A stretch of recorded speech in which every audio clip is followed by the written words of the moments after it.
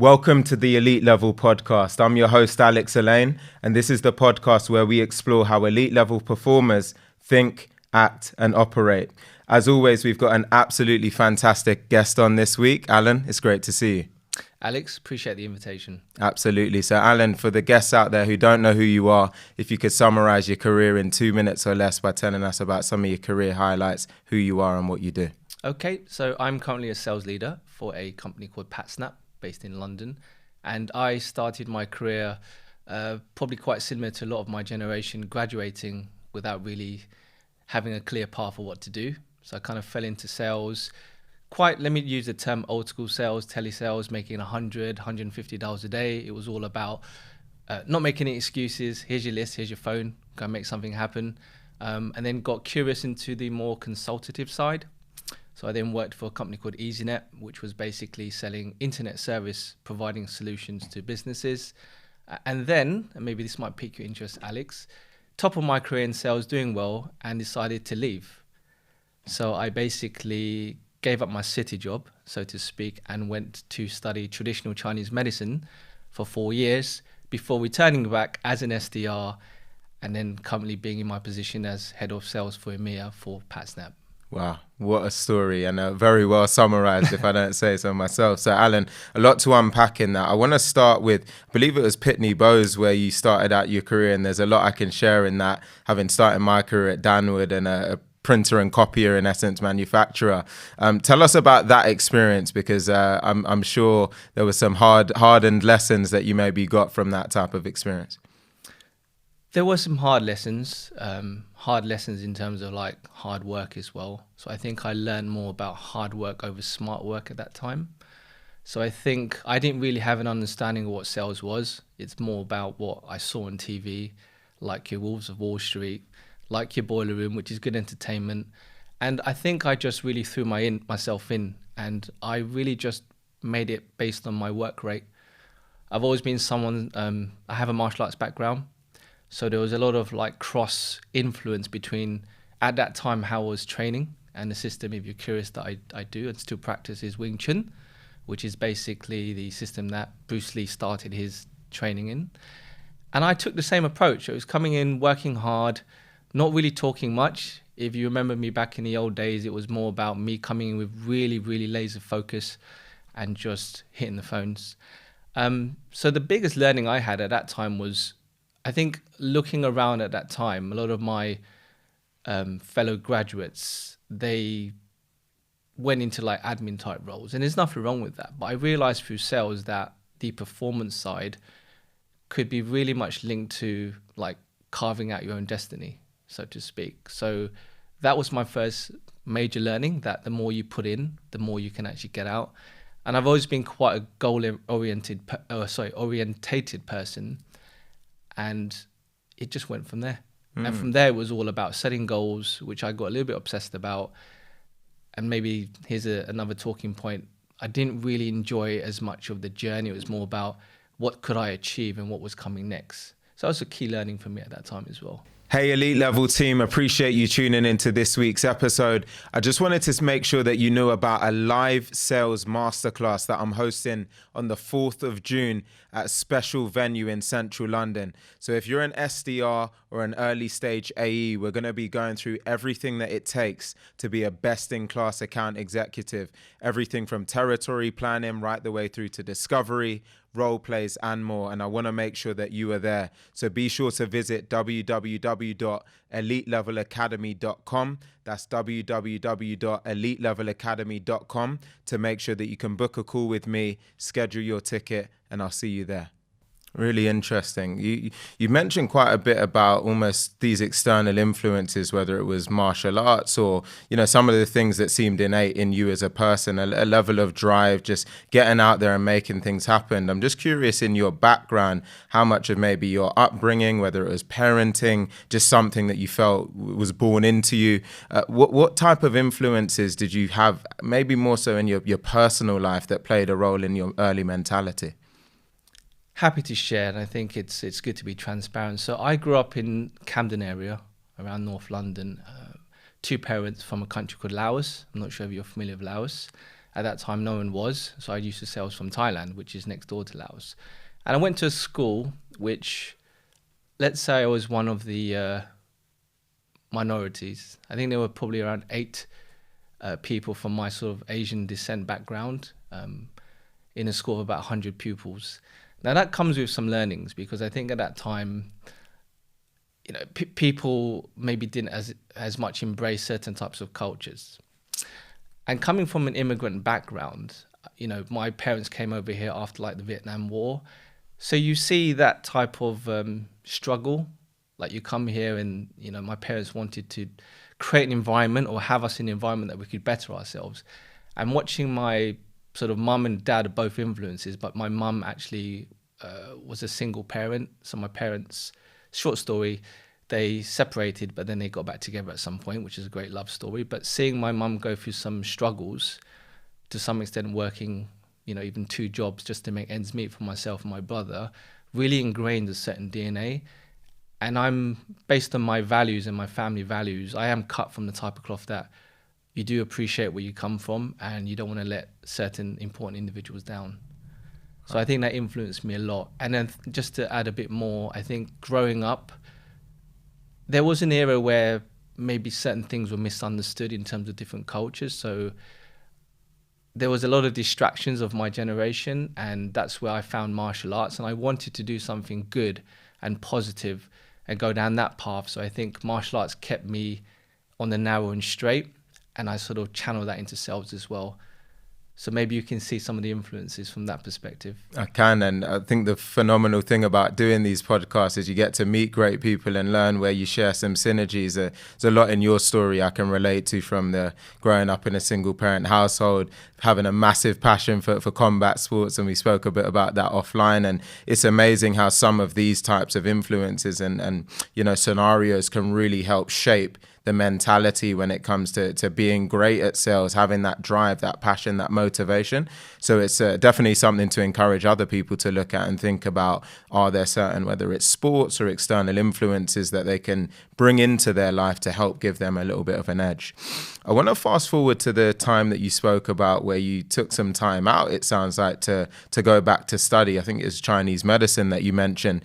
Bring us into that moment. Why did you take that decision at that time? I think one of the biggest lessons I learned at that time, so I reached burnout at an early stage of my sales career. I think I was a bit obsessive in the sense that I would literally wake up in the morning and be thinking, you know, I'm going to make 200-300 calls a day. And then your body takes its toll. I don't mind saying this, a bit of humor. That's the time I started to lose my hair as well. And I actually had hair. I had a lot of hair. So in terms of the Chinese medicine, you could relate that a little bit more to martial arts. Martial arts is a lot more than kicking and punching. It's a lot more than fighting. And there's a bit of a violence connotation attached to it, which I think is very far from the actual subject. And I wanted to combine something that was more on the well-being and the healing side. So I think traditional Chinese medicine, when you're talking about things like acupuncture and herbal medicine, it's about really looking at a certain subject from a holistic perspective, which actually influenced me a lot in coaching, because I believe when you manage reps, you've got to look at that rep as an individual rather than just a rep. So that was the big influence for me. And I think I had that moment in the city where I was looking around thinking, there's got to be a bit more to life than just hitting the phones. So I took the leap of faith. You might see it as a bit foolish at that time or brave, because people don't normally quit when they're at the height of their sales career, you know, earning quite a good income, owning your own properties and whatnot. But I made that leap of faith. And it was a lot of learning after, because I didn't realize that I came out and 4 years focus on studying. You're single, you still live with your mum, and, you know, you don't have the assets that you used to have, which was a moment for me in my late 20s. Wow. It's a really compelling story. This is really compelling, Alan. I want to go back into that moment where you were feeling like you were starting to burn out, right? Because this is something that I think we see time and time again in sales. We're in a space that's probably notorious for burnout, and there are some scenarios where, in a way, that the pace and intensity of the work that we do is celebrated in a way, right? And that brings a level of controversy. So now, as a sales leader and being able to look back on that moment, what really goes through your mind? If you were talking to that Alan again, how would you advise that Alan to go and actually navigate that period of their career? Great question. And I still think about that this day. I think it's about really appreciating pit stops. I mean, you can hit your targets, you can exceed your targets. Just give you an idea how extreme I was. I didn't believe in the concept of taking holidays. So if I was to talk to Alan maybe 10 years ago, I'd be like, what are you thinking? Like, if you look at sales, and I use the term corporate athletes, because that's what we are. It's a contact game. You contact people, you go through the highs and lows. You need that mental resilience, and also you need the focus. If you look at an athlete or someone in a high performance environment, you need to know how you can only be at your best or perform at your best if you are at your best. So taking all the elements of emotion, your mindset, being physical. And at that time I was very physical. Well, I like to think I'm reasonably fit now, but at that time, young, fit, high immunity. I think if I was talking to myself at that time, I would say to myself, enjoy the ride. It's not about the destination. There's going to be many stop-off points, but give yourself more self-regard. So I get a lot of coaching as well from executive coach, which is one of my investments into myself. And I'm learning that actually in one of the reports that I did, happy to share transparently, I scored quite low in self-regard. So as a leader, if you want to promote self-regard, you've got to drink from the same Kool-Aid that you're serving. So I would say practice a lot more what you preach to the younger Alan at that time, because I think I was saying a lot of the right things, how I would like people to live their lives, but I might not necessarily be adopting it myself. Interesting. Yeah, it's really interesting hearing you reflect on yourself in that fashion. One of the parts I'm curious in what you spoke about there is that you said you also looked up at one point and realized, I don't have some of the assets that I used to have. I'm still living at home, as you mentioned, single. So it was almost this paradigm where in a way you were maybe prioritizing wellness and your education, but then on the other side, you weren't necessarily in a position in life that you'd maybe become accustomed to historically. So how do you then find that balance? Because if I was a listener, I might be saying, well, I get a level of self-worth and enjoyment in my life from the lifestyle that I've created for myself. And one of the prerequisites of that is just the hard work and the grind that I'm putting in now. How do you, almost strike that balance between making sure that you can run at a pace that means you can create the life that you want, whilst equally making sure that you look after yourself at the same time? So I think the first thing comes down to self-awareness. I think at that time, although I think I lived with certain values, I wasn't as ironed out or defined what my actual human values were. I know we have company values, but I think all human beings have their values that they adhere to. So I think that was a big moment for me. But also looking back, and I'm glad that I can say this now in hindsight, it was a great experience for me because I learned some key lessons. So my return to sales, after studying 4 years of Chinese medicine, I came in with a different mindset. Now, what was quite hard was I was in the peak of my career. A lot of people that I had mentored at that time that came in as graduates had overtaken where I was. So you can imagine the psychological impact that would have had on me. But taking a humble approach and just focusing on the basics and just, again, starting as an SDR and trying to embrace how technology and cultures has evolved, because I came from quite a corporate background, Pitney Bowes, and then joining I wouldn't say a small startup, but a tech company where on my first day of introducing myself, I had to hit a gong in front of 30 people and say a few words, which if you had said that to me 5 years ago, I would have been like, what am I doing? This is crazy. Why are people doing? But tech and cultures had evolved. And I think me having that humble moment and that highlight, it was actually a good learning lesson, which I think has really given me a bit more to maybe get to the platform that I can thankfully sort of share from now. Yeah, absolutely.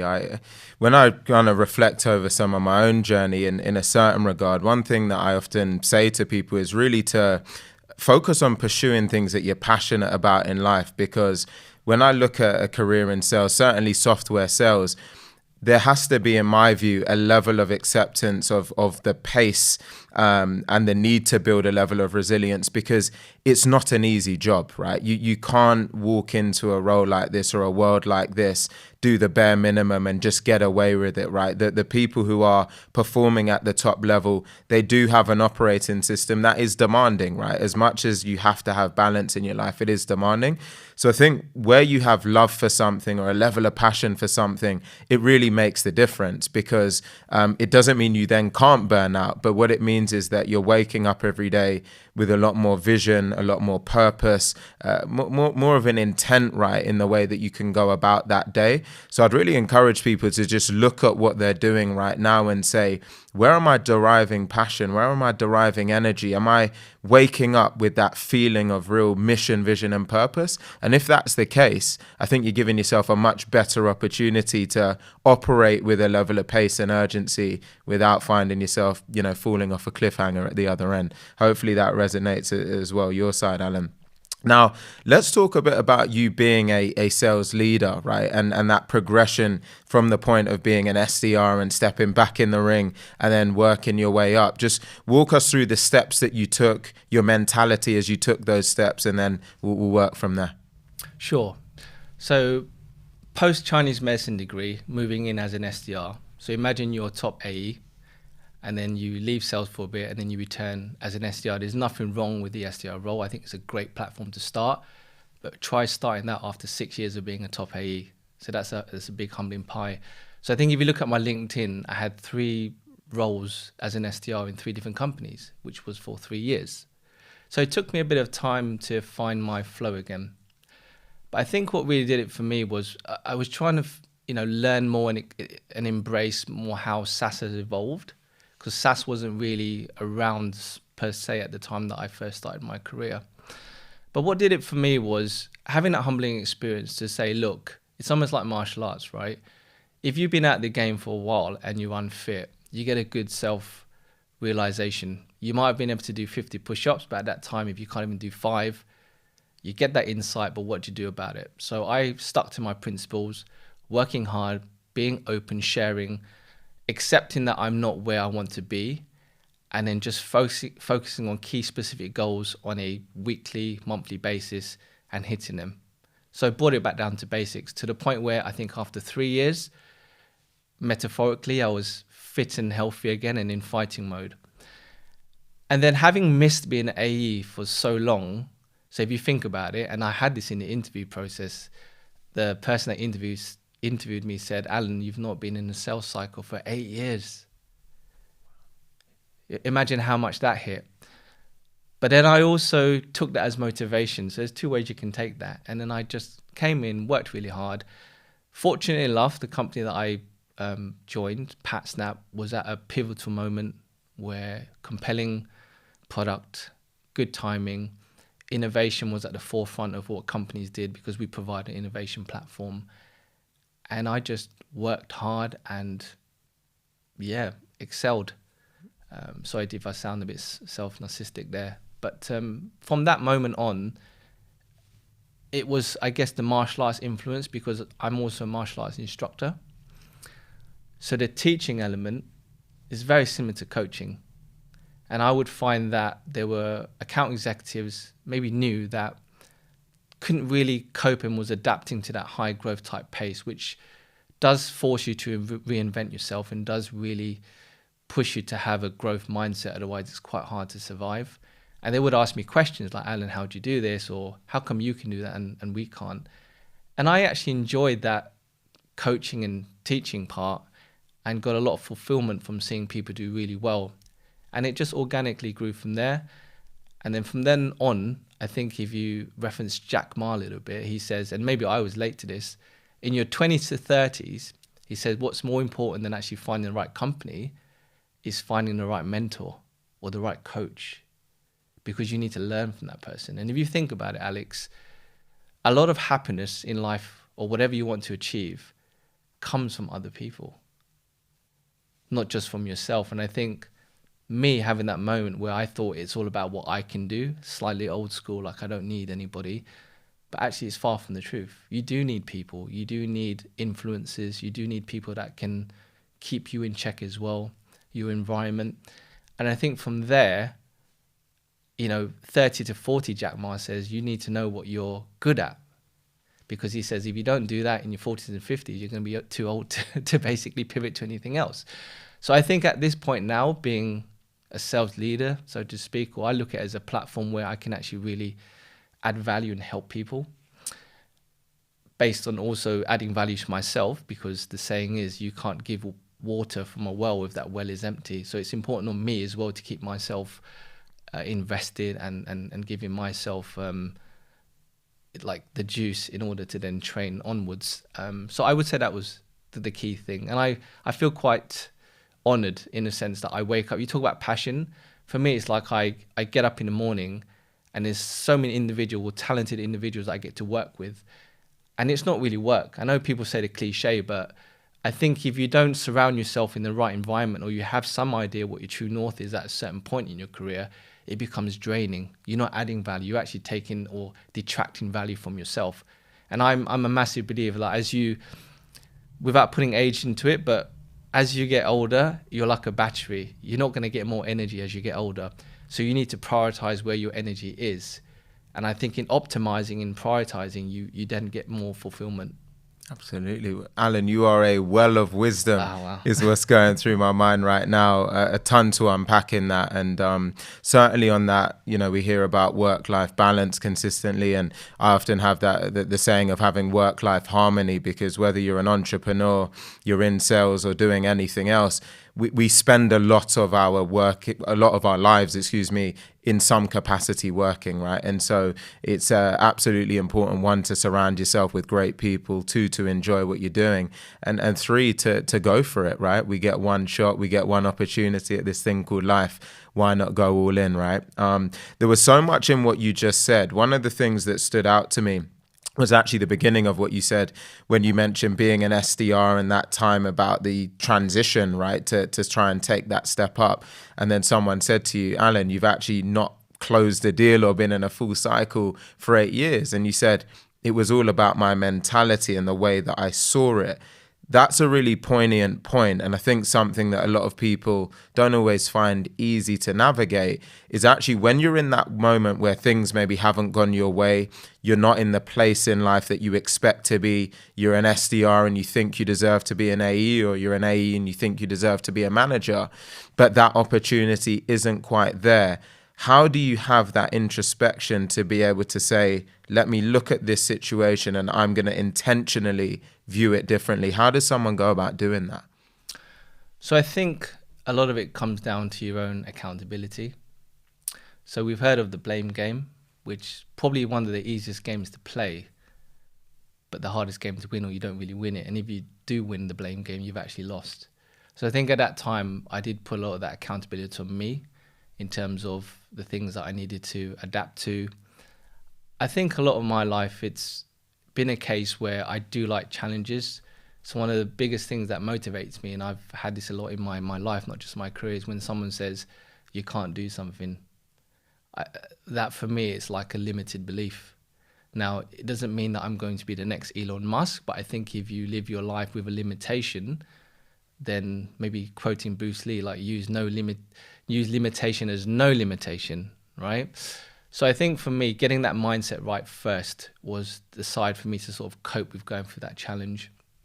And I think the rest of it is just embracing like your own standard, going at your own pace. I think it's very easy. Sometimes misery in life comes from comparison. You drive a BMW, the next person drives a more expensive Mercedes, makes the BMW look like nothing now. So I think it's just keeping yourself in check and having that patience, which is quite hard because in my experience, good salespeople don't have a lot of patience. But I think really having that patience and having that focus and just believing that over time, as long as you do the right things and focus on the right activities, you'll get the small wins, which will then eventually lead to the bigger wins. And I think don't think too much about the prize. I think it's almost like a fighter thinking too much about the purse. that can distract you in the ring. And you might have prepared the best you can, but if you have that moment where your guard drops slightly, then you might have the sleeping pill. Absolutely. We just saw that with Tyson Fury and Dillian White, didn't we? Sure. It was a good punch. It was a very good shot indeed. You mentioned, one of the traits that you've seen in, what separates different performers, right, in sales. So let's dig into that, seeing as we are the elite level podcast. Let's talk about what separates elite level sales performers from everyone else, especially now that you've been a sales leader for quite some time. What are the traits, characteristics, behaviors that really have stood out to you consistently with the elite level performers?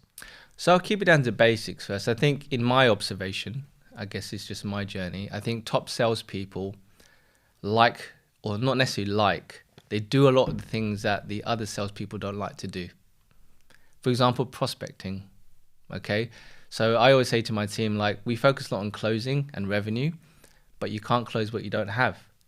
So it's on you, and it is your accountability to ensure that you are equally balancing your time on generating pipeline. So I think that's something that I see a lot of salespeople struggle with. It's not rocket science. If you open more opportunities, then you can close more. But I think it's one of those things that's hard to do. It's almost like boxing, right? I'm sorry, we're now going to the boxing analogies. But if you're not doing your road work and you're not working on your specifics in the gym, then it's going to affect the way you perform on the night. And I think, like Muhammad Ali said, he hated training every day, but he did it because he knew what it would allow him to achieve the results that he achieved. So you don't necessarily have to like it, but it's that discipline area. So maybe I'll use that one word, discipline. I think top salespeople are a lot more disciplined than maybe your salespeople are not as performing. That's one thing. I think the other thing is having a unique blend of intelligence in terms of IQ. I think emotional intelligence plays a bigger part. What do I mean by that? If a prospect says to you yes, does it really mean yes? They say no, does it really mean no? And can you fill the sell at the right time to then interject, validate, or pivot where necessary? That's a very hard thing to train. And I think the top salespeople have that natural read on that type of situation. And the other thing is just drive. I think it's very hard to coach someone to be driven. I think elements of it maybe are intrinsic. Everyone's got their own different Simon Sinek why. But I think if they can really channel those whys and those drives and add on those other two attributes, you normally get, in my opinion, a top rep. Makes a ton of sense, and it's fascinating. Obviously, I love the analogies, and they all make a ton of sense. And I've mentioned before an analogy by Chris Eubank where he said that becoming a top elite boxer for him was a pretty black and white thing. He looked at the other world champions and the other people in his era who were training 5 times a week and training twice a day, and his simple equation was, well, if I train 6 days a week, 3 times a day, just by simple math, I'm likely to outperform, be better conditioned or more, mentally prepared for this. Much of that, I think, plays well into the type of career path that we're in. If you put in the hard yards, if you're willing to, prioritize discipline over being motivated, you'll go and drive the results. But to your point, it's not always the glamorous stuff that a lot of the top performers are prioritizing, which is really interesting to hear you validate. Now, equally on the other side, you've got performers that maybe have had a harder time being able to rise through the ranks or perform consistently. What are some of the key mistakes or things that you see people rinsing and repeating all of the time where you thought, if you just mitigated these things, that would be the thing that would help you break through that potential plateau in your career? So let me piggyback a little bit off about what you mentioned with Chris Eubank. So I think a lot of people, sales can be quite complicated in the sense that I think human beings can complicate it. I think it's really having that self-awareness to work on the certain specifics that you need to. And of course you need a good coach, because you need someone to also look at it from the outside to see where you might be making those slight mistakes. I think that's a big part too. But my martial arts instructor actually used to be a sparring partner in the Chris Eubank and Nigel Benn era. And one thing he always said to me about Chris Eubanks was, he's very known for his right cross. And what some people don't realize is Chris Eubank would spend hours in the gym punching the heavy bag, just doing that right cross. So I think it's understanding your gaps, and it's like Bruce Lee was saying in a quote, he didn't fear the person, I won't use Mao, say person, that knew 1,000 techniques, but he would fear the person that practiced that one technique 1,000 times. So I think once you've got that self-awareness, let's just say it's on the sales call, being able to do an effective discovery. How much are you then practicing that and making a habit to where you've got potentially that knockout power in terms of discovery? So there's so many things you can work on in sales. Just pick one or two and then work on it and measure your progress. I think that would be quite important advice from my perspective. That's really, really valuable. That one hit me pretty heavy, right? Hopefully people not like you bank heavy. Yeah, exactly. So for you now, Alan, as a sales leader, right, you've been in a number of leadership roles and continue to climb your career. And I think you had some time away from PatSnap and then you came back. I really want to learn more about your evolution as a leader, and actually if you were talking to other people out there who either want to become or they're early in their leadership journey, some of the key lessons and learnings that you've had around what it takes to be a best-in-class leader. It'd be great to just put that out there as a general question.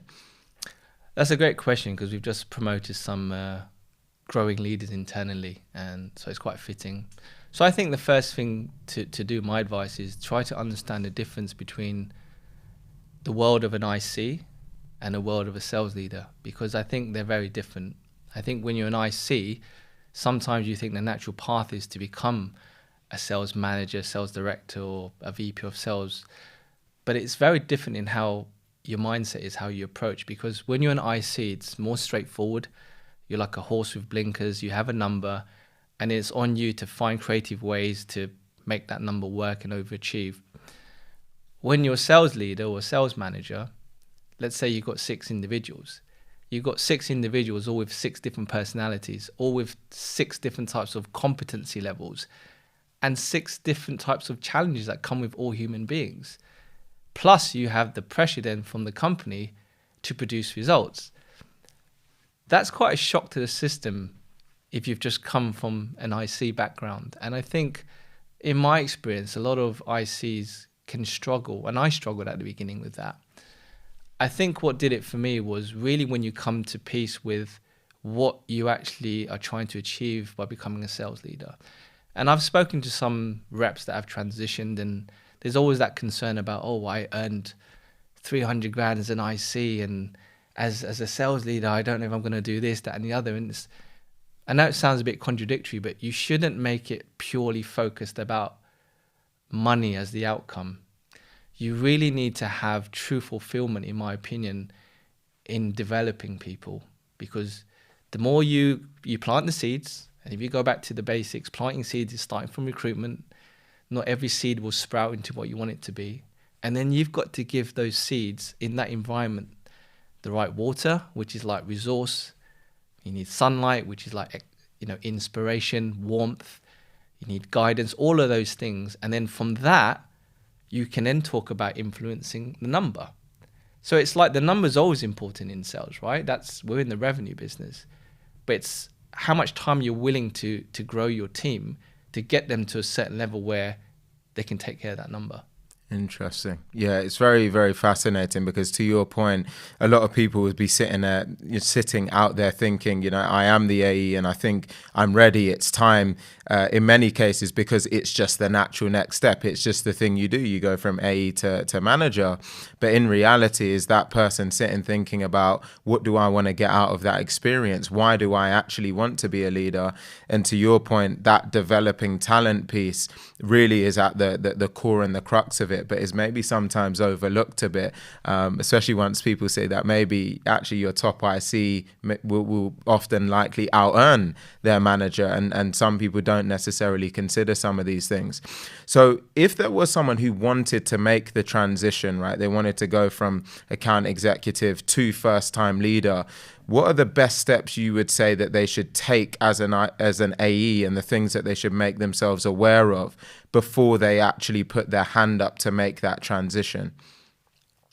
So I'm a big believer that you don't have to have the title to basically start working on the competencies needed. So for example, if you're an SDR, you don't need to wait to be an AE to develop the skills to be an AE. Equally, if you want to be a sales leader, say you're an IC, don't wait till you're promoted. So there's so much things you can do. You can work with reps, you can learn how to coach, you can work very closely with your VP of sales and ask for more responsibility. Like, be proactive, don't wait. I really enjoy it, and it's a massive, massive inspiration to me when any of my team come with ideas. And I find that part is quite lacking in a lot of situations in companies, because sometimes people just wait to be told what to do. Like, take the initiative, be proactive. There's so many things you can do. But the question is, are you willing to do those things before you get to that point? It's like Richard Branson said, like, are you going to wait for the opportunity to come before you develop the skills? Or do you develop it before it happens so that when it comes, you're ready? So I would say take that approach. There's so much you can do. There's so much you can learn. Yes, you'd have to do additional, but you want to be in the top elite, right? I would say that's a key thing that you could focus on. That was a great piece of advice there, Alan. So I really appreciate you sharing that with us. I want to now talk a bit about your drive and your motivation now at this stage of your career. Some people would say you've had a long tenured career, right? You've achieved some fantastic things, become a head of sales, and really taken your career to that next level. So at this particular stage, what is it that really drives you? What really drives me is what I'm doing every day. It's, again, I repeat myself, but it's bettering people. Like, we've got some really privileged case studies in PatSnap where we've had people join as SDRs and one individual just got promoted to a sales manager. So that, for me, it's like, a great opportunity for me to hopefully help that person develop those skills. So I would say that still drives me on a daily basis. In terms of personal goals, again, taking a learning from the past, Alex, I'm just enjoying the journey. Like the company I'm working for now, we're what I like to think potentially a pre-IPO business, but you can get very caught up in that, right? For me, it's just about helping to develop people and continually contributing and building a good business and enjoying the moments, right? I mean, this is an interesting point. I've not had a 2-week holiday in about 10 years. I've not gone on a 2-week holiday. So I'd like to achieve that this year. So having those also non-negotiables and things to help with my self-regard, and I think you learn a lot, and I think a big influence is family life for me anyway. I've got 2 kids. My wife's also one of my best coaches as well. I think, if you have a good partner, that person can really help keep you in check. But they go through it as well. And I think for me, I've got to a point where it's not about, we talk about work-life balance, but I think it's more evolved to work-life integration. You got to integrate it. And it's easier to integrate it if you really believe in what you're doing and what you're doing it for. Absolutely. Makes a ton of sense. And, you've spoken about the support that you have at home. You have spoken a lot through this episode about the need to have great mentorship. You said you have an executive coach yourself. Mm-hmm. So it'd be great if you could just share your thoughts and advice around people out there who maybe don't have one at the moment, how they could go about sourcing one, maybe things that they should look out for in terms of outputs and outcomes that they should and could expect from that type of service or person. Sure. So I think the great thing about this day and age is information is available now, right? For example, sitting with you. So I think you don't need to have an executive coach.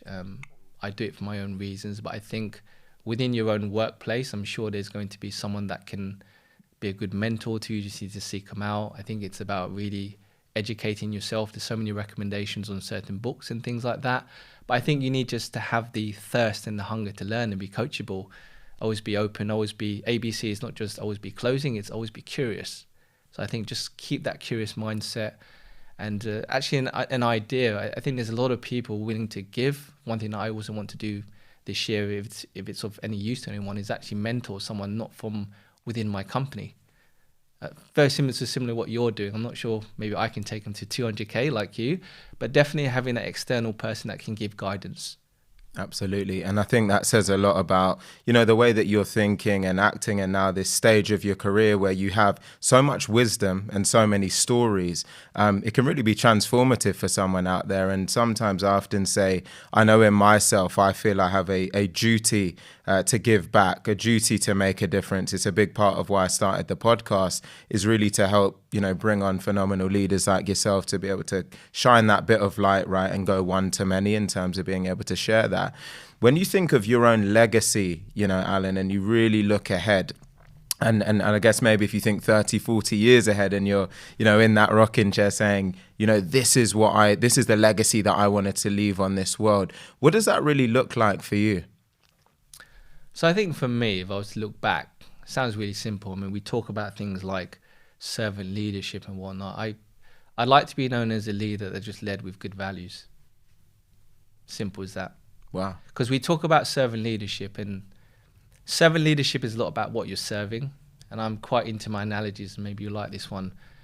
But as a leader, do we also think about what we're serving and how it's received? If you go to a restaurant, the waiter might think they're serving you a great dish, but when you eat it, it's not that great. But we're still talking about servant leadership. So I think it's taking it to the other level where, as a servant, you are very self-aware of what you're serving and whether what you're serving actually is adding value to that individual. Because it's not just about serving. So I think a leader with good values, and I enjoyed working with him. Phenomenal. I've really been sitting and digesting so much of this episode, actually, Alan, as we've been going. And I think it says a lot about, again, the wisdom and the knowledge that you're able to impart. And I'm sure your team must be humbled and grateful for being able to, soak all of that up on a daily basis. Now, Alan, I've got just one last question for you, which if you've seen any episodes, then you'll know what's coming. But it's just to really ask you that if you were talking to anyone out there who wants to go from good to elite level in their career, what your best piece of advice would be to that person? Good question. Don't wait. Just get off zero. So, for example, I've recently I got burnt by crypto, and now I'm finding my way to get back in. But the advice is just to start, and you'd be so amazed at just starting where it might take you. Don't think too much about where you want to go. Just think about, have an idea of the destination, but get on the boat. I would say just start. Absolutely. Like Nike says, just do it, right? Just do it, yeah. Now. Just do it now. Get out there and make it happen. Well, look, Alan, it's been an absolute pleasure to have you on. Appreciate you traveling down. I think it's your first in-person podcast, so that'll be a new non-physical trophy for your mantelpiece. So again, thanks so much for coming down. To anyone out there that's been listening or watching, again, if this is on YouTube, please be sure to press that like button, comment, share, and subscribe. And if you're listening to this on any of the podcasting platforms, please do be sure to leave a 5-star review. Hope you enjoyed this week's episode as always, and we'll see you on the next one.